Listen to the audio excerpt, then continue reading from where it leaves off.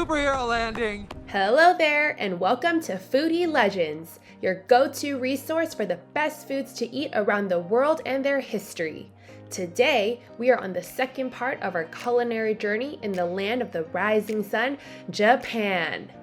Last time, we visited the island of Hokkaido, a place known for its luxurious ingredients used for their very rich cuisine. Now, let's hop to its most opposite side at the Okinawa Prefecture. Before we dive right into our yummy-licious adventure, we are so thankful to you all for watching our previous videos. Did you like our 7 picks on our Hokkaido video, or have you watched our food journeys in South Korea? Feel free to check those out. And if you have places and cuisines to recommend, don't be shy and say it below in our comment section. Also, don't forget to hit the subscribe and notification bell so you can stay tuned to our latest food journeys.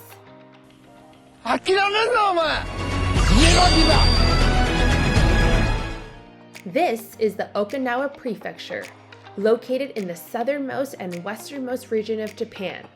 Because of its place on the map, Okinawa played a significant part in Japanese history and its role in world politics. The Okinawa Islands are part of a larger island group, the Ryukyu Islands. Human existence at this part of the world can be traced as early as the Stone Age, proven by the existence of human bone fragments in Naha and Yaeyama, as well as the discovery of clay vessels in Sakishima Islands, which resembled clay vessels in Taiwan. With its close vicinity to the East China Sea, the ancient Ryukyu Kingdom became a wealthy nation specializing in trade. It established economic relations with the Ming Dynasty in the 15th century, effectively placing it under the Imperial Chinese tributary system. During the beginning decades of the Edo period, a vassal of the Tokugawa clan and the Shimazu clan invaded the Ryukyu Kingdom. After that, the Ryukyu Kingdom was forced to establish a large vassal relationship with the Satsuma and Tokugawa shogunate, but its sovereignty was maintained because the shogunate feared having a conflict with China. This arrangement brought a lot of wealth for the Shimazu clan because of the Ryukyu trade connection with China, especially in a time when the Tokugawa shogunate was beginning to close Japan's harbors from the outside world. The Okinawa Islands played a vital role in World War II, as it was the doorstep leading to the heart of Imperial Japan. On April 1st, 1945, the U.S. Army and Marine Corps launched the last major battle of World War II and one of the bloodiest, the Battle of Okinawa, a final push towards Japan. It was considered one of the darkest times in Okinawan history for its sheer number of fatalities, destruction, and long-lasting scars it left on the island's memory. After Japan's defeat in 1945, the Okinawa Islands became an important American military base, playing a strategic role in post-World War conflicts such as the Korean and Vietnam War. In the present, American military forces in Okinawa are still garnered with mixed reactions from the local and international communities. While some support the presence of U.S. assets on the islands, a majority of Okinawa's local residents criticize its effects on their environment, pollution, as well as the crimes committed by several foreign soldiers on their islands. Until now, this subject is still a fiery political topic. Okinawa's long history greatly influenced the evolution of its cuisine, and that's what we are going to explore today. Because of its trading relations, Okinawan cuisine was heavily influenced by Chinese and Southeast Asian cuisine. The American intervention after the war also contributed to their cooking tradition, creating a hybrid of East-West cooking style. NANI? Coming in at number 1 on our list is Goya Chanpuru, and its signature ingredient, Goya. No, not that Goya, but this Goya. That is a bitter melon, also known as bitter gourd, also known as bitter apple, also known as bitter squash. This edible fruit is known for its, well, bitter flavor. Oh my. Known by its scientific name, Memordica carrantia, It's a simple spell, but quite unbreakable. Goya Chanpuru is a bitter melon of a tropical and subtropical vine of the Cucurbitaceae family.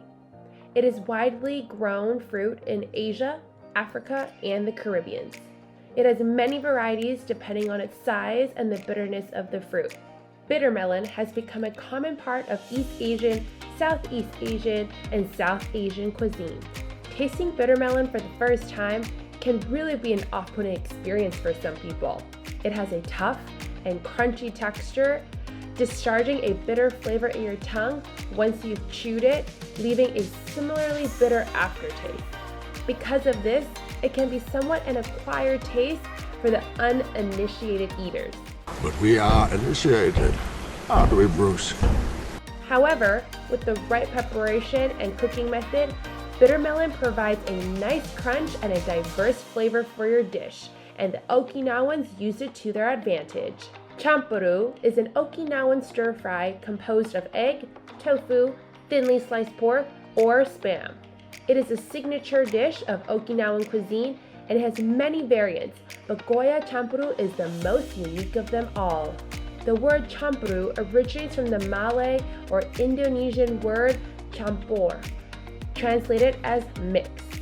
As the word itself implies, Goya Chanpuru is a stir-fry mixing various hearty ingredients such as eggs and meat. With the introduction of the American canned goods in Japan, typical meat slices are often substituted with luncheon meat, canned tuna, or spam. Okinawan tofu is also added for more body. The difference of Okinawan tofu compared with other Japanese tofu is that it has a firmer texture and it does not fall apart when being stir-fried. Other vegetables can also be added to provide a multiverse of textures. Meanwhile, bitter melon provides a contrast to the rich flavors provided by the canned meat and eggs, making the eating experience a colorful gastronomic journey. Goya also has medicinal properties, and it is believed that it contributed to the unusually long life expectancy in some areas of Okinawa. Despite its bitterness, bitter melon became a beloved part of the Okinawan food scene. Coming in at second on our list is a dish that is a direct descendant of Okinawa's trading history with its neighboring kingdoms. Have a taste of the Rafute. Yes! Rafute is a pork dish with its skin kept on and braised for hours in soy sauce and vinegar. Various restaurants have their own recipe for their braising sauce, but the process of cooking Rafute basically remains the same and at its core, although it can be a little time consuming. Rest assured, the end result is a steaming plate of juicy pork flesh with a layer of fat that can make everyone salivate. Thank you, Chef. The roots of Rafute are believed to be traced back to a Chinese pork belly dish with similar cooking processes. Rafute was originally considered to be a form of Okinawan royal cuisine because basically having a big slice of pork belly was an expensive treat back in ancient history. Some people might find Rafute to be too fatty at first glance, and rightfully so. However, let's not judge too quickly. Although the part of the pig used for Rafute can be considered very scrumptious, the long hours of braising the meat renders its fat, making it lighter on the palate. Its meat becomes extra soft and it falls apart when touched by chopsticks, almost melting in your mouth. Nice. Meanwhile, its skin and fat gives off a soft and gelatinous texture, complementing with the smooth meat underneath it. Because of its texture and flavor profile, Rafute is good to be paired with steaming bowls of rice or noodles, and even with an ice-cold beer. The beer will wash off the oily taste and the Rafute will neutralize the beer's bitter aftertaste. Now that is the perfect harmony. Perfectly balanced. This whole thing should be. Rafute became known outside Japan in the 1900s when Japanese immigrants found their way to Hawaii and established restaurants all around Honolulu. There, Rafute became known as shoyu pork and is often served in lunch plates, all in meals that are composed of white rice, macaroni salad, or an entree in this case, our delicious pork belly dish. Noodles have a significant presence in Japanese cuisine, and Okinawa is not exempted to this reputation. Coming in at number 3 on our list is none other than Okinawa Soba. What is a great pair to the slippery noodles but a nice warm bowl of umami broth? Wow, that is delicious. Finally, some good food. Located in a subtropical zone, Okinawa has only mild winters, but it has long rainy summers. So Okinawans are craving for something to warm their body during the cold, rainy days. That's where Okinawa Soba comes in. Okinawa Soba is believed to be a descendant of Chinese noodle culture almost 500 years ago. Initially, noodles were dishes exclusive to the royal families of the Ryukyu Kingdom, eaten more by the nobles than the commoners. Eventually, eating Okinawa Soba became more prevalent with the rise of the Meiji Restoration. And now there are more than 300 specialty restaurants serving this delicious noodle soup dish. And that's in Okinawa alone. On October 17th of each year, an occasion named Okinawa Soba Day is celebrated in the name of this wonderful delicacy. Although it has the word soba in its name, Okinawa Soba is actually not made from the usual buckwheat flour. On the contrary, Okinawa Soba is made from flour, water, and eggs, and has a chewy texture that resembles more of an udon. There were lots of soba restaurants before the Second World War, but they were destroyed during the Battle of Okinawa, and wheat rations were put into effect.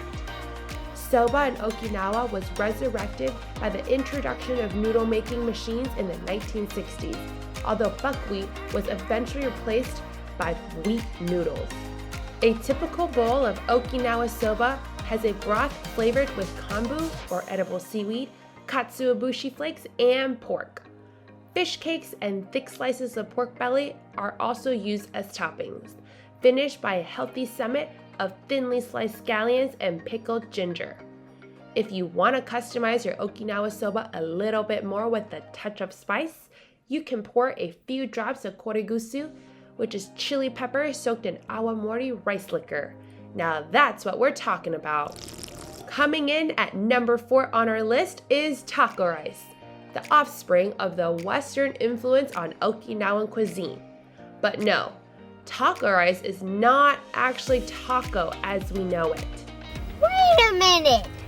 Who are you? Taco rice is the product of Japanese culinary ingenuity in order to attract Western customers, but at the same time not lose sight of the Okinawan touch. In 1984, a Japanese restaurant owner named Matsukibo envisioned an idea to make a fulfilling dish that could satisfy his American customers. His restaurant was near an American military base, and this clever restaurateur wanted to cook a dish that could appeal to the Western palate with the local ingredients he had. And so, taco rice was born. After doing some intensive research, Matsukibo was able to incorporate the flavors of Tex-Mex cuisine to his Japanese cooking background. He cooked steamed rice, layered it with ground beef, flavored with taco seasoning, and coated it with shredded cheese, lettuce, tomato, and salsa. The dish became an immediate hit amongst his American customer base. Tacos with tortillas were already a storm in Japan during the 1950s, but using rice instead of the typical tortilla was a fresh take on this Western dish, and the rest was history. Taco rice eventually became a stellar dish for Americans and Japanese alike, eating it either as a lunch or late-night food. KFC even added it to their Japanese menu for a while during the 90s. Yoshinoya, a popular Japanese chain restaurant, also serves it in Okinawa Prefecture. Even Taco Bell made it a part of their menu in Tokyo's Shibuya district. Although taco rice is not as local as Rafute or Okinawa Soba, it became one of the most popular Okinawan meals outside the Okinawa Prefecture. That's an interesting detail to process, isn't it? Coming in at number 4 on our list are for those who like to put wild items in their mouth. That's what she said. At number 4 is the Umi-Budo, or sea grapes. Known by its scientific name as Callipera lentilifera, sea grapes is a species of ulvophyte green algae usually found in the coast of the Pacific.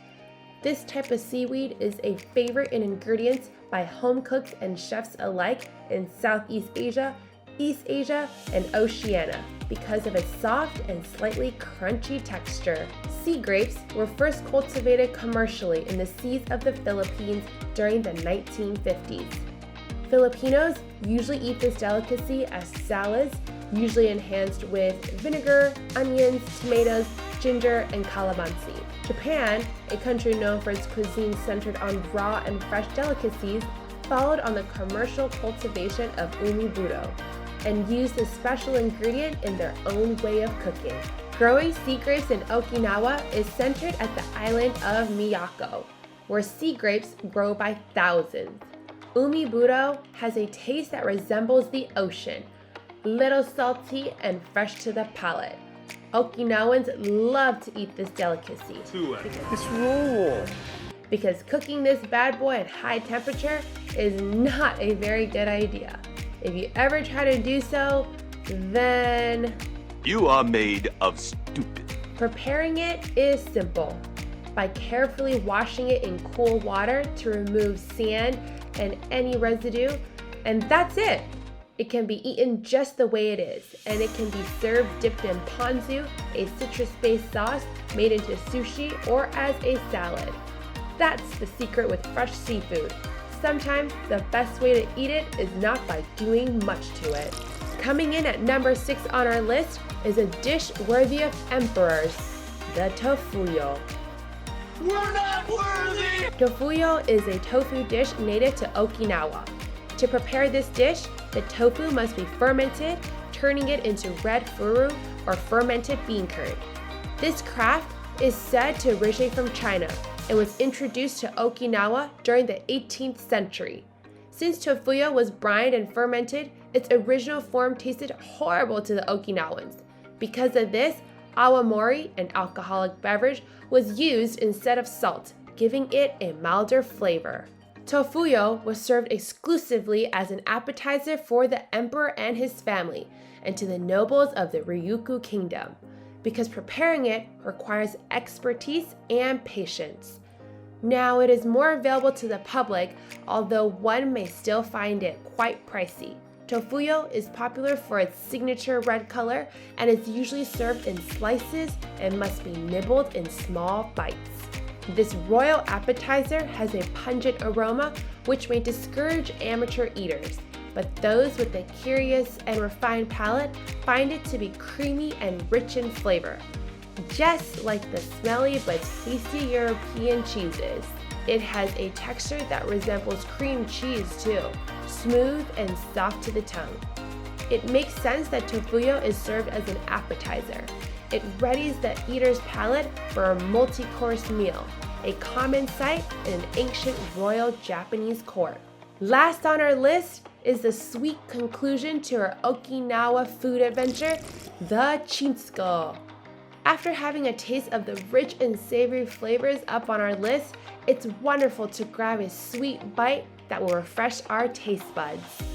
Chinsuko has a long history, and parts of it may be quite murky and lost in the past. Although Chinsuko's origins are unclear, it is believed that Chinsuko was already being eaten during the Edo period, and a local specialty in the Ryukyu kingdom. Chinsuko is often compared to taosu, a Chinese flour-based cookie, while some others also compare Chinsuko to castella, a sponge cake brought by Portuguese merchants and adapted it to Chinese and Japanese cuisine. However, the Spanish polvoron is more comparable to Chinsuko because it has similar ingredients and texture. Chinsuko is a common cookie treat on the tables of Ryukyu nobles, but it is actually somewhat a basic recipe. Chinsuko only has 3 ingredients: flour, sugar, and lard. It has a mild taste resembling shortbread. Nowadays, various flavors are added to the classic Chinsuko, such as chocolate, matcha, pineapple, or even cheese. Other types of sugar are added as well, and sometimes covers it with just a tiny bit of salt. For those who can't consume pig-based products, multiple substitutes are now being used on baking Chinsuko instead of lard, such as butter or vegetable oil. Everyone must have a taste of this Okinawan treat. Of course! Thanks again for tuning in with us here at Foodie Legends for our latest episode. I hope you enjoyed this video and got a delicious taste into the interesting foods that Okinawa has to offer. Before you go, be sure to like this video and click the subscribe button for more delicious content every week. We'd love to hear your thoughts too, so leave a comment below and let us know what your favorite part of this video was, or if you want to just leave us a few thoughts. You are all awesome. Thank you again for watching. See you on the next one.